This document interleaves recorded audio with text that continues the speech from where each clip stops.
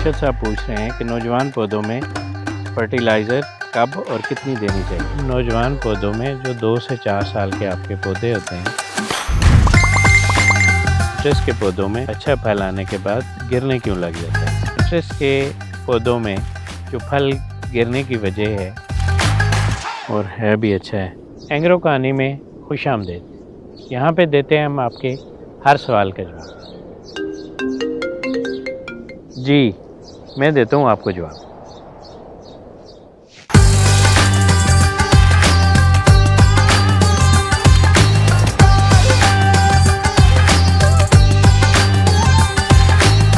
मेरा नाम मलिक हुसैन है।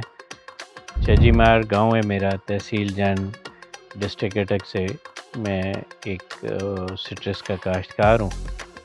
100 एकड़ के लगभग मेरे पास सिट्रस की रेड ब्लड वैरायटी लगी हुई है। यहाँ पाकिस्तान में सिट्रस की बहुत ज़्यादा वैरायटीज़ काश्त होती हैं और आज के इस दौर में हम फार्मर भाइयों को चाहिए कि एक दूसरे के साथ मिल के अपनी जो बागात के मुतालिक मालूमात हैं वो शेयर करें, ताकि दूसरे लोगों की भी, दूसरे फार्मर्स की भी उसमें रहनुमाई और बेहतरी हो सके। तो काफ़ी सारे लोगों के सवालात इस सिलसिले में मेरे पास आते रहते हैं। जी, आज हम देखते हैं कि पहला सवाल साहिवाल से जावेद भाई का क्या है। जी, जावेद भाई साहिवाल से पूछ रहे हैं कि नर्सरी लगाने का बेहतरीन वक्त कौन सा है। जी जावेद भाई, मैं आपको यहाँ पे बता दूँ कि जब हम नर्सरी लगाते हैं तो उसके लिए बेहतरीन वक्त सितंबर और अक्टूबर का है, क्योंकि आगे ठंड आ रही होती है और छोटे पौधों को गर्मी से ज़्यादा बचना होता है बनिस्बत ठंड के। तो जब हम ये पौधे सितंबर और अक्टूबर में लगाते हैं तो इनकी कामयाबी निस्बतन ज़्यादा होती है। चकवाल से शहजाद साहब पूछ रहे हैं कि नर्सरी से जब पौधे बागात के अंदर लगाए जाते हैं तो किन बातों का ख्याल रखना चाहिए। जी शहजाद भाई, जब पौधे नर्सरी से पिट्स के अंदर लगाते हैं तो एक हिस्सा जो ज़मीन के ऊपर वाली तह है उसका और एक हिस्सा फल का मिक्स करके पिट के अंदर डालना है, साथ उसके जिप्सम शामिल करें तो ये पौधों के लिए बहुत बेहतर रहेगा। ये अहमद साहब पूछ रहे हैं जी मुजफ्फरगढ़ से कि 1 एकड़ में सिट्रस की पौधों की तादाद कितनी होनी चाहिए। जी अहमद भाई, मैं आपको बताता चलूँ कि 1 एकड़ में पौधों की तादाद मुख्तलिफ हो सकती है ज़मीन के हिसाब से और एरिया के हिसाब से, लेकिन जो बेहतरीन रहता है, जो मेरा अपना तजर्बा है और अक्सर फार्मर इसकी राय देते हैं, 110 पौधे पर एकड़ बेहतरीन रहता है। आप इसको 135 तक भी ले जा सकते हैं और जहाँ तक देखा गया है 110 और 135 दोनों बहुत बेहतर रहते हैं। गुलाम नबी साहब शेखुपुरा से पूछ रहे हैं कि सिट्रस के पौधों में उम्र के लिहाज से कितनी खाद डालनी चाहिए। जी गुलाम नबी साहब, पौधों में उम्र के हिसाब से खाद की ज़रूरत भी मुख्तलिफ होती है। इसके लिए हम 2 से 4 साल के पौधों को 1 किलो, 5 से 8 साल के पौधों को 2.25 किलो और 8 से 10 साल के पौधों के लिए 3 किलो एंग्रो ज़रखेज़ ख़ास जो खाद है वो हम डालते हैं इसके लिए। जी मोहसिन भाई सरगोदा से पूछ रहे हैं कि सिट्रस के नए पौधों की मजबूती के लिए, उनकी जड़ की बेहतरी के लिए क्या तरीक़ाकार अपनाना चाहिए। जी मोहसिन भाई, मैं आपको बताऊं कि नए पौधे जब हम नर्सरी से खेडों के अंदर शिफ्ट करते हैं तो उसमें सबसे पहले आपने एंग्रो की ट्रिपल सुपर फास्फेट डालनी है। ये आपको फास्फोरस के साथ साथ कैल्शियम भी देगी, जिससे पौधे की जड़ें मजबूत होंगी। वेहड़ी से मियां यूसुफ साहब पूछ रहे हैं फ्लावरिंग के वक्त सिट्रस में किन बातों का ख्याल रखना चाहिए। फ्लावरिंग से पहले आपने एंग्रो की SOP पावर पौधों को देनी है।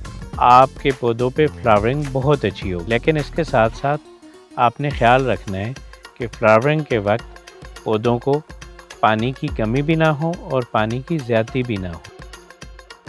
जी, अटक से मलिक असफंद साहब पूछ रहे हैं कि सिट्रस के बागात लगाने के लिए ज़मीन की ज़रख़ेज़ी कब और कैसे चेक करनी चाहिए और ये कितनी ज़रूरी है। मलिक असफंद साहब, सिट्रस के बागात लगाने के लिए ज़मीन की ज़रख़ेज़ी को जांचना बहुत ज़रूरी है। इसके लिए एंग्रो पाकिस्तान ने एक फ्री ऑफ कॉस्ट बहुत अच्छी फैसिलिटी दी हुई है। जब भी आप इनको कॉल करेंगे, इनका फील्ड स्टाफ अपनी मोबाइल लैब लेके आपकी फील्ड में आ जाएगा। आपको वहीं पे वो चेक करके आपकी ज़मीन की ज़रख़ेज़ी बता सकते हैं कि ये सिट्रस के बागात के लिए बेहतर है या आप इसमें अगर कोई कमी है तो एंग्रो की जो बेहतरीन खादें हैं वो इस ज़मीन को दे के इसमें बेहतरी ला सकते हैं। ज़मीन की ज़रख़ेज़ी पौधे लगाने से पहले चेक होनी चाहिए और इसके बाद जब आप पौधे लगा लें तो गाए बगाए 1-2 सालों के अंदर दोबारा भी आप इसको चेक करते रहा करें।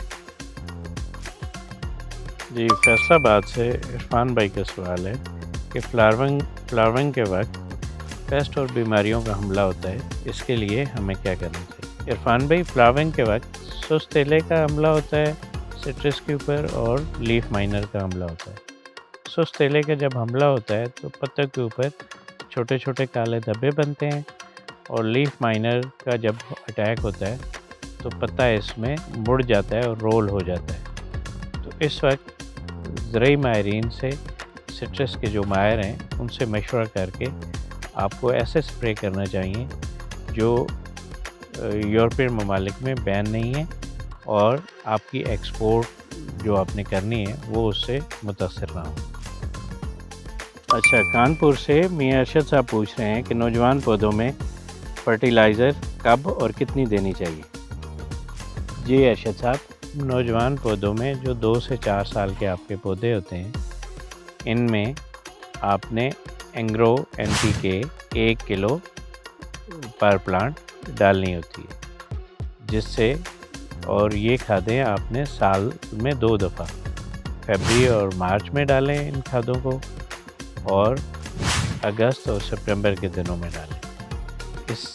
ये एंग्रो की NPK डालने के बाद आपकी पौधों की सेहत बेहतरीन रहेगी और आने वाले सालों में वो बेहतरीन फ्रूट देंगे। आने वाले से नवीद भाई पूछ रहे हैं कि सिट्रस के पौधों में अच्छा फल आने के बाद गिरने क्यों लग जाता है। नवीद भाई, सिट्रस के पौधों में जो फल गिरने की वजह है उसमें एक बड़ी वजह बोरोन की कमी हो सकती है, जो आपको एंग्रो की ज़रख़ेज़ खास में बोरोन बहुत अच्छे तरीके से मिल जाता है। आपको देखने को मिलेगा कि पौधों से बहुत फल कम गिरा है। इसके अलावा पानी की कमी से भी पौधे से फल गिर सकता है, लेकिन मुतवाज़न खादों का इस्तेमाल करें और पौधे को पानी की कमी ना हो। अटक से सरदार शोएब साहब पूछ रहे हैं कि सिट्रस के पौधों को जिंक की कितनी ज़रूरत होती है, इसकी कमी के क्या असरात होते हैं। जी शोएब साहब, बड़ा अच्छा सवाल आपने पूछा है। सिट्रस के पौधों को जिंक की बहुत ज़रूरत होती है और जिंक की कमी की वजह से पौधों के पत्तों का रंग पीला पड़ जाता है, फल का रंग भी नहीं बनता और इसकी जो जिंक की कमी है ये आप एंग्रो के ज़बरदस्त यूरिया से पूरी कर सकते हैं, जिसके अंदर बायो एक्टिव जिंक मौजूद होता है। ये ज़बरदस्त यूरिया आपको नाइट्रोजन की कमी पूरी करने के साथ साथ जिंक की जो आपके पौधों की कमी है वो भी पूरी करता है और आपके पौधे तंदुरुस्त व तवाना रहते हैं। नौशहरा से अख्तर चन्ना साहब पूछ रहे हैं कि सिट्रस के बागात में हार्वेस्टिंग के वक्त किन चीज़ों से नुकसान ज़्यादा होता है। जी अख्तर चन्ना साहब, सिट्रस के पौधों में जब हार्वेस्टिंग की जाती है तो हमें स्किल्ड लेबर की ज़रूरत होती है ताकि پہلے اس کا بیرونی پھل اتاریں، پھر اس کا پودے کا اندرونی پھل اتاریں، اس کو پراپر کٹر سے کاٹیں تاکہ کھینچ کے فروٹ کو توڑیں نہیں، اور سیڑھی کا استعمال کریں تاکہ پودوں کی ٹہنیاں نہ ٹوٹیں۔ اس کے بعد فروٹ اکٹھا کر کے اس کو باسکٹس میں اچھے طریقے سے پیک کر دیں۔ دیر سے عمران بھائی پوچھ رہے ہیں کہ اس مہنگائی کے دور میں صحیح رہنمائی اور بہترین کھادیں کہاں سے ملیں گی؟ جی عمران بھائی، آپ کو اس مہنگائی کے دور میں بہترین رہنمائی اور اصلی کھادیں اینگرو کے مرکز سے ملیں گی، جہاں پہ آپ کو سرکاری ریٹ پہ اصلی کھادیں ہر وقت مہیا ہیں۔ اینگرو مرکز پہ زرعی ماہرین آپ کی بہترین رہنمائی کریں۔ شعیب صاحب کا سوال ہے جی 34 تو کہ مالٹنی اے گریڈ کوالٹی کیسی ہونی چاہیے جڑی لوگ پسند کرن۔ مالٹا جس ویلے توڑائی واسطے تیار ہوتا ہے اس کا کلر ایک تو بہت اچھا ہونا چاہیے تاکہ وہ مارکیٹ اس کلر نو پسند کرے، اس سے مٹھاس بہترین ہونی چاہیے، ترشی زیادہ نہیں ہونی چاہیے تاکہ وہ مارکیٹ سے پسند کیا جائے۔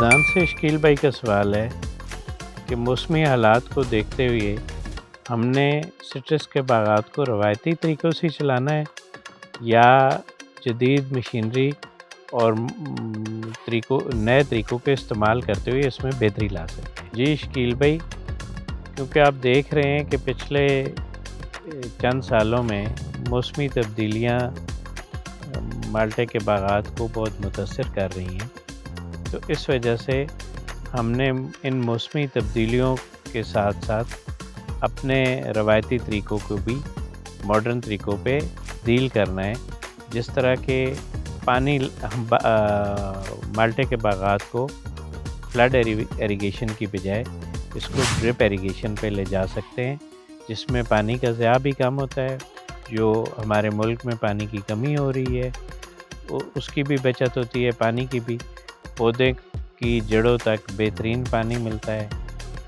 پودے کو بر وقت پانی دیا جا سکتا ہے، جبکہ فلڈ ایریگیشن میں جہاں پہ آپ کے دنوں لگتے ہیں باغات کو پانی لگانے میں، یہاں پہ وہی عمل گھنٹوں میں اور منٹوں میں مکمل ہو جاتا ہے۔